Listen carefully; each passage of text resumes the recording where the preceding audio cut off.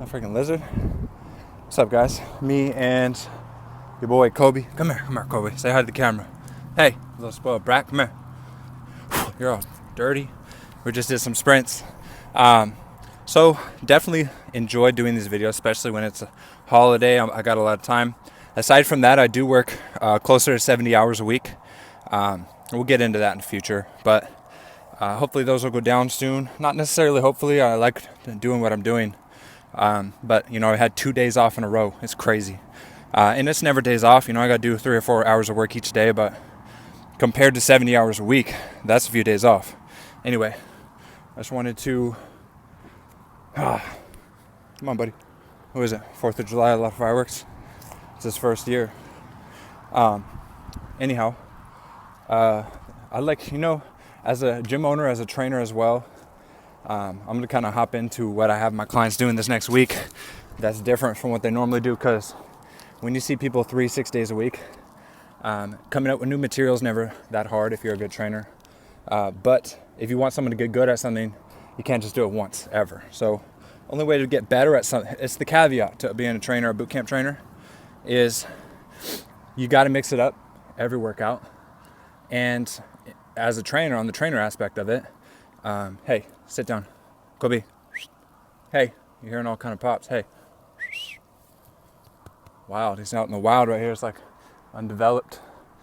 I'm waiting for a random snake or a hawk to come take him away. It's a pretty big dog though. But on the trainer aspect of that whole conversation, in order for a client to get good at something, you have to repeat it, and that's how you get better at something, is you repeat it. And that's a story we can make videos and hours and days long of video content explaining how that transfers into all the other aspects of life. We better not be peeing right here, buddy.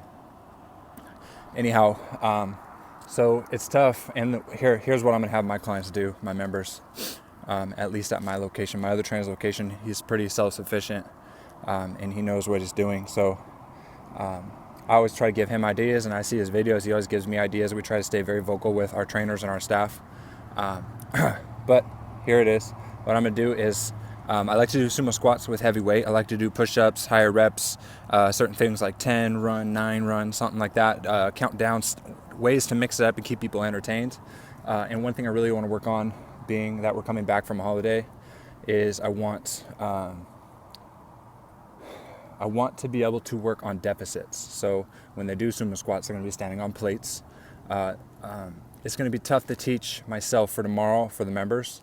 It's going to be tough to teach because it only works if they go low enough. And you got members who can go low enough, but they don't. Right, Kobe? Hey, look at me. Look at me. Sit down. So he's so neurotic like me. He can't stop moving. So those are some of the things that we're going to go through, is teaching them to access new muscle fibers and ranges of motion that they don't normally work, and on a trainer aspect of it. Anytime you're working new ranges of motion, your most advanced members are very sore. You got to be very cautious of the amount of weight you put on new ranges of motion, because you're essentially a beginner in that aspect. If you're not working your full range of motion, the day you do is higher likelihood of injury. Not saying that it's a probability, but it's a higher likelihood, whether that be from 5% likelihood to injure yourself to 10. It's not like it's a majority chance that you injure yourself, but like I'm saying, risk versus reward. I want to get my clients sore again. I think that shock and awe feeling of being sore again, especially if they've been in a program for a while, is just a kick-ass feeling, because they're like, anyone would get tired with a program, but when you give those people a new sense of soreness and new feelings in their body every so often, it's never the same. So it's always a different feeling, and it never stops, and the results too. So that's the goal, and that's what I want to work on. And so I'm going to be doing certain type of deficit stuff. Maybe I'll film a few things while we train, but for those of my members who are watching, expect that. And it's, on my end, it's going to be tough. Hey, what are you doing? Palm trees now?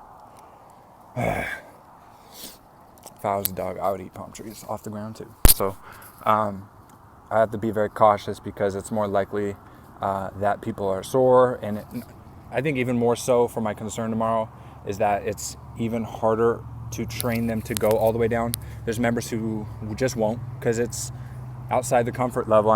You're lifting heavy weight, which should be outside your comfort level. But then again, they do that in the fact that they're venturing out with that, they'll still do that action within their comfort level, within a range of motion. And I'll be honest, for the cherry on top of this video, the majority of my clients who see amazing results are those who are very coachable. You know, if I say go lower, go lower. All your injuries and liabilities, those are in my hands and the trainer's hands. They should be. So you should be well insured as a trainer. You should be well prepared. And in the case of experience, I think that's more important than any education you could get. If you're well educated, then you can feel free to do a little bit more risque type stuff. All right? First 4th of July, you hear it? It's okay. Good boy. Okay, so that's kind of a little rundown for the 12 people that watch these. Hopefully in a year from now, 112 people will watch. So that's the long route I'm going to take, and I'm going to see how many I can pump out a day.